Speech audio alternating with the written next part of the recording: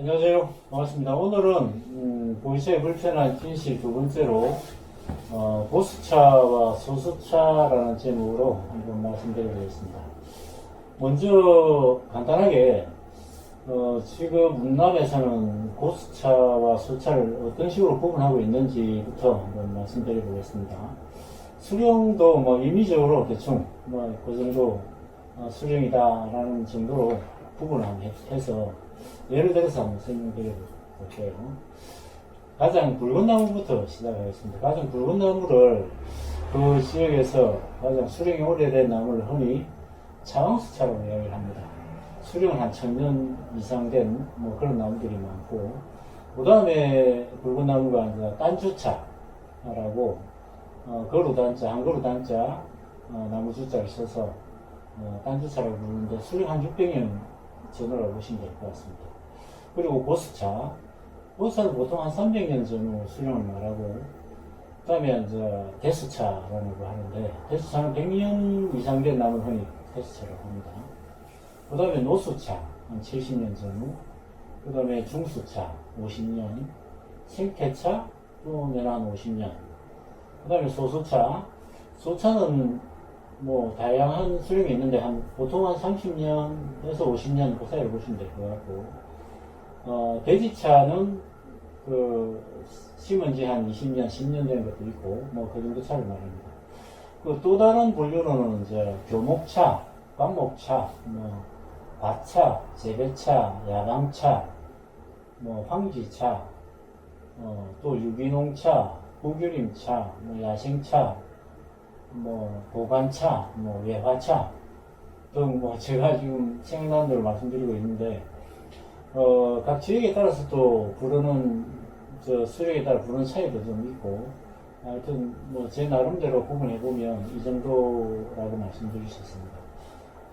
그리고 이제 교목차, 관목차 이렇게 또 구분을 하는데, 교목차는 여러분 아시다시피 한 줄기로 쭉 높게 키가 크게 자라는 차를 교목차라고 하고, 또 관목차라는 건 뿌리 부분에서 이제 여러 갈래로 이렇게 가지가 벌어진 그런 차를 말합니다. 높이는 한 2m 이상은 잘 안 자라는 그런 차를 말합니다. 그 다음에 또 밭차, 뭐 재배차 이렇게 얘기하는데, 그건 비슷한 개념이라고 생각하시면 되고, 돼지차라고 이해하시면 될 것 같습니다. 그 다음에 또 야방차라는 게 있는데, 황지차라고도 부릅니다. 그야말로 이제 옛날에 심었는데 관리를 하지 않고 방치해둔 그런 차를 뭐 야방차, 황지차 이렇게 또 부릅니다. 또 유기농차라고도 하는데, 유기농차는 말 그대로 비료와 농약이 접근하지 않은, 접근을 막은 그런 차를 또 유기농차를 하고, 고규림차 라고 또 부르는 차가 있는데, 한국에도 물론 구규림이 있죠. 중국에도 차 생산되는 마을 그 근처에 구규림이 있는데, 그 무엇이 산림섬이죠.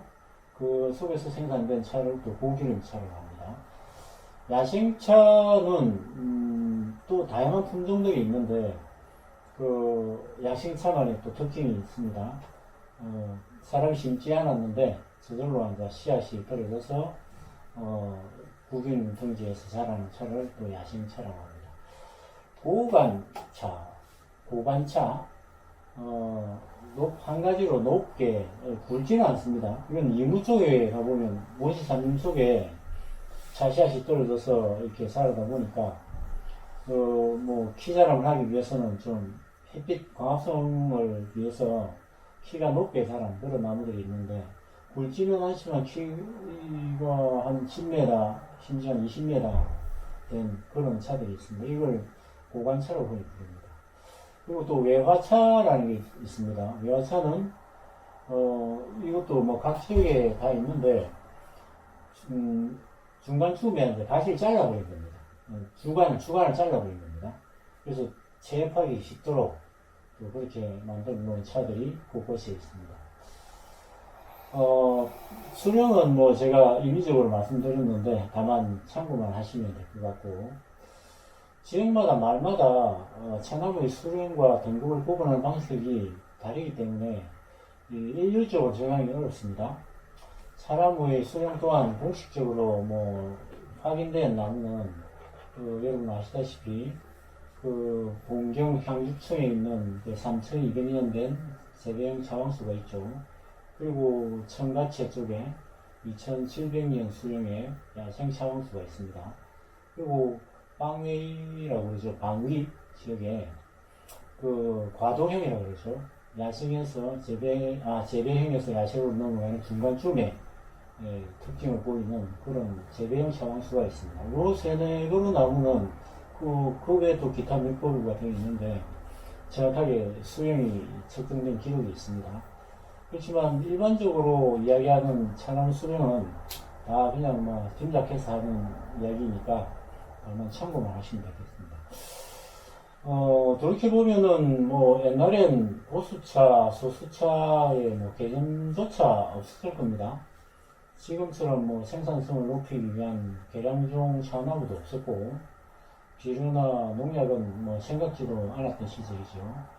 최근에 이제 유명 차산을 둘러보면은 고수차 산지에도 굉장히 투의 문제들이 조금씩 생기고 있습니다. 사람이 많이 이렇게 다니다 보면 필연적으로 그럴 수밖에 없는데, 그런데 뭐 아직은 종이 뭐 끈끈이라고 그러죠. 뭐 종이에다가 어떤 벌레들을 딱 붙게 만드는 그런 끈끈이 액을 발라서 뭐 해충을 제거하는 정도지만 앞으로는 아마 점점 더 심각해질 수 있겠다라는 생각이 듭니다.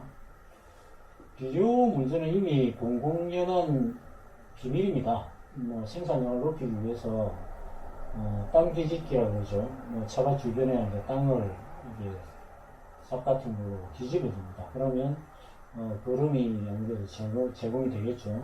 그래서 생산량을 높이기 위한 방법인데 이런 현상은 일반적인 현상이고 또 일부 지역에서는 차나무 아래를 이렇게 잘 살펴보시면 알 수 있는데 이렇게 땅을 판 흔적들이 있습니다. 비료, 농약 뭐 이런 걸 하면 사람들이 안 좋아하니까 몰래 이제 차나무 주변에 땅을 조금씩 파고 거기에 이제 비료를 약간씩 심어서 다시 이렇게 그걸 덮어두는 그런 것들도 있습니다. 차산을 다니면서 이제 차나무의 아래쪽을 유심히 여러분들 관찰해 보면 여러분도 발견할 수 있습니다. 그저 봄이 되면 옛날엔 그냥 집 주변에 조상 대대로 내려온 차나무의 새싹을 따서 대충 비비고 덮어서 뭐 무료할 때나 식후에 뭐 입가심 삼아 마시고 혹은 뭐 몸이 편치 않을 때 약처럼 마시곤 했던 조상님들의 여유가 사라진 지는 사실 벌써 오래전 이야기입니다. 상업화 되어 있다 이렇게 말씀드릴 수 있습니다. 대부분의 지역은 그렇습니다. 능하이 현지에서 제가 창업을 하면서 가장 많은 사람들이 질문하는 것 중에 하나가 고수차하고 소주차를 어떻게 구분하냐는 겁니다. 결론적으로 말씀드리면 사실 어렵습니다. 멍하이 회사를 차리고 한 5, 6년 동안 거의 뭐 매일같이 수도 없이 시험을 뭐 거듭했지만 아직도 여전히 어려운 건 사실입니다. 그렇다고 뭐 아예 구분을 못하는 건 아니지만 어떤 사람들은 뭐 이렇게 이제 차를 이야기할 때 자기만이 알고 있는 어떤 노하우랄까 뭐 이런 걸 커다란 뭐 비밀처럼 뭐 이야기를 안 하려고 하는 사람들도 꽤 있습니다. 근데 뭐 알고 보면 사실 별것도 아닌데 마치 뭐 청기누설 하는 것처럼 여기는 분들도 계십니다. 근데 이 차 맛을 말로 또 이제 고차, 소차의 구분을 하는 방식을 말로 걸로 설명하기는 어려운 부분도 사실 있습니다. 근데 뭐 제가 차업에 전념한 지 한 20여 년 되니까 뭐 저절로 알게 된 비밀 비밀들을 뭐 다 같이 공부한다는 마음으로 소개를 해드리겠습니다.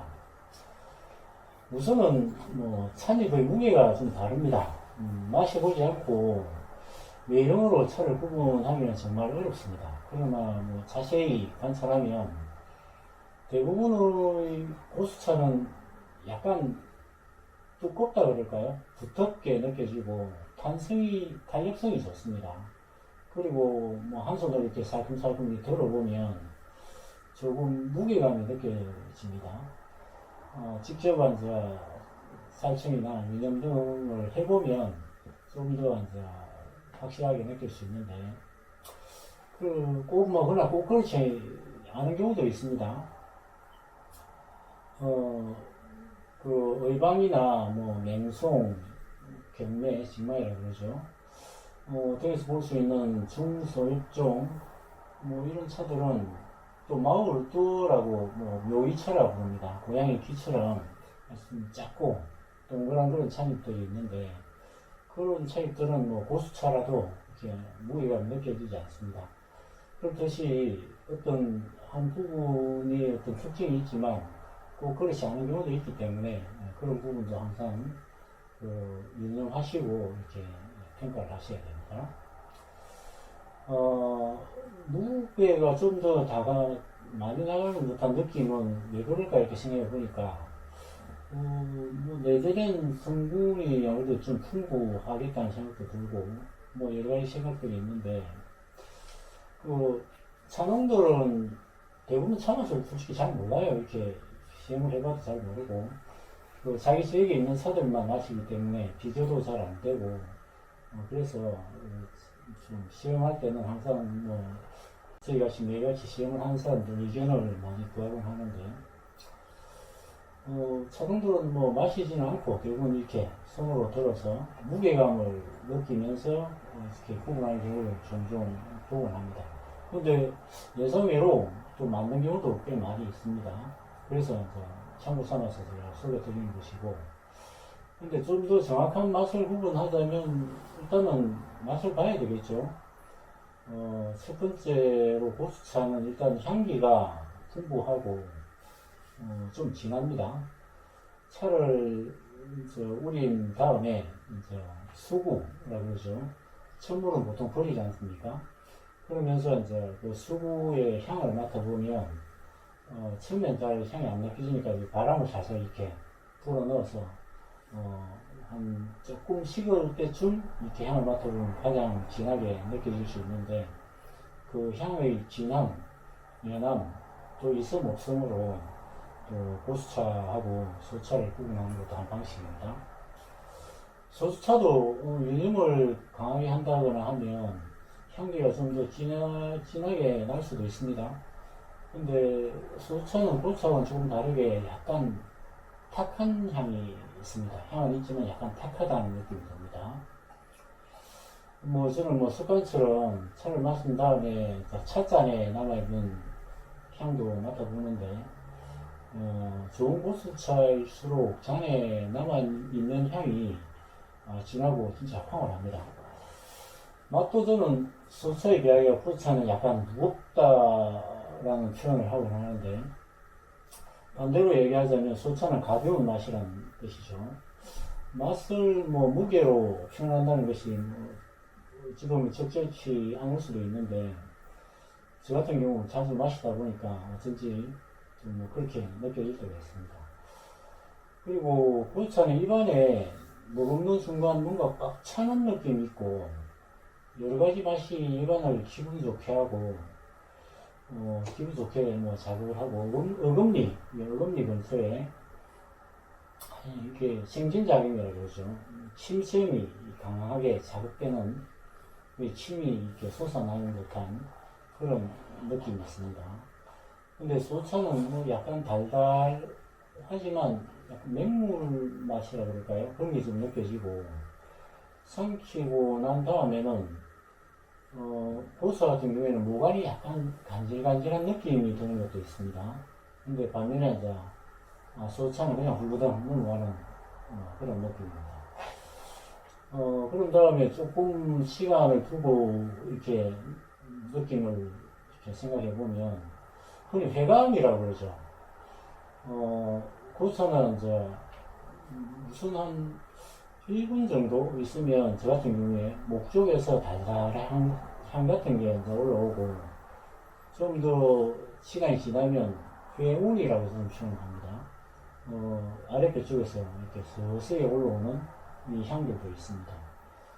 근데 뭐 소주차는 마실 때의 뭐 달달하고 또 어떤 데는 쌉쌀하죠. 쌉쌀한 맛이 뭐 전부입니다. 소주차는 아무리 마셔도 뭐 회감은 어떤 경우에 살짝 있기도 합니다. 근데 회운 같은 속 깊은 데서 이렇게 올라오는 그런 소식이라 그럴까요? 그런 건 거의 없습니다.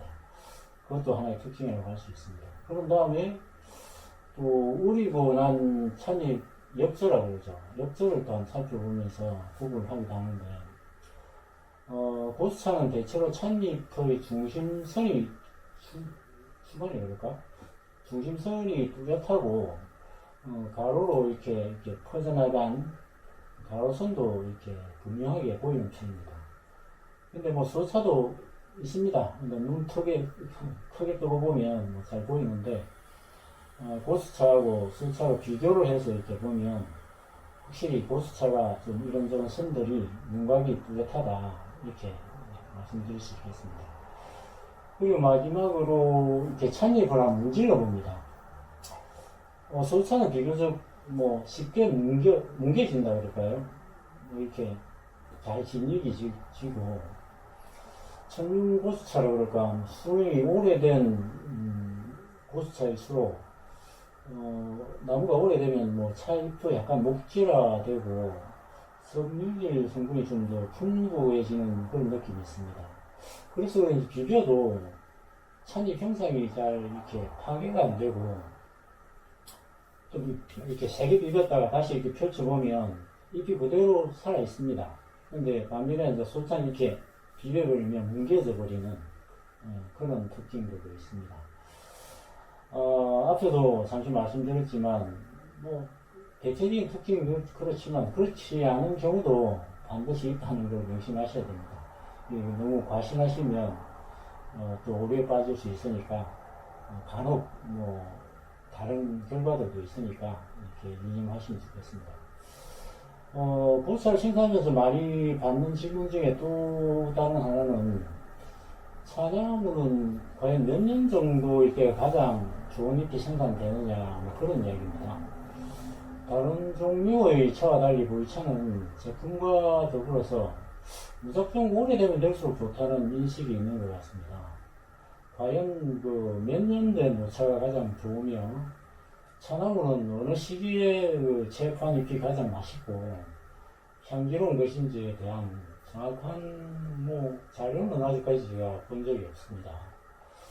보이차 뭐 제품도 그렇지만 차나무도 과연 무조건 오래되면 될수록 좋은 것인가 뭐 그런 의문이 있습니다. 맛을 떠나 지나친 희소성이라고 할까요? 그런 것이 무조건적으로 제품의 가치를 결정짓는 것은 아닌지 모르겠습니다.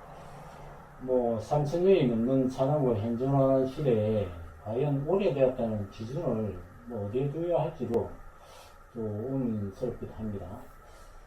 개인적으로 뭐 푸얼이나 보산이라고 그러죠. 지역의 일부 차나무는 뭐 엄청 굵습니다. 축구기에 한 몇백 년 된 듯한 나무들인데도 맛이 단조롭고 별로 큰 감흥을 받지 못하는 그런 경우도 있습니다. 대체로 수령이 오래된 나무일수록 내포성이 있고 잔잔하면서도 깊은 향기를 느낄 수 있는 경우는 많습니다.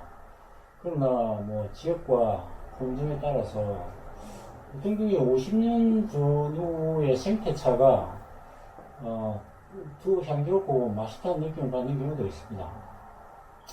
뭐 제가 느끼는 뭐 이런저런 보차와 소차의 어떤 구분법을 지금 잠시 말씀드렸는데 이건 뭐 제가 그동안 사업을 하면서 막연히 알게 된 제 나름대로 어떤 노하우랄까요? 뭐 그런 걸 다 함께 공유하고자 제가 말씀드리는 것이지 이 절대적인 진실은 아닐 수 있습니다. 다만 참고만 하시면 좋을 것 같습니다. 감사합니다. 오늘은 뭐 보수차와 소주차의 구분법을 제 나름대로 설명드려 보았습니다. 감사합니다.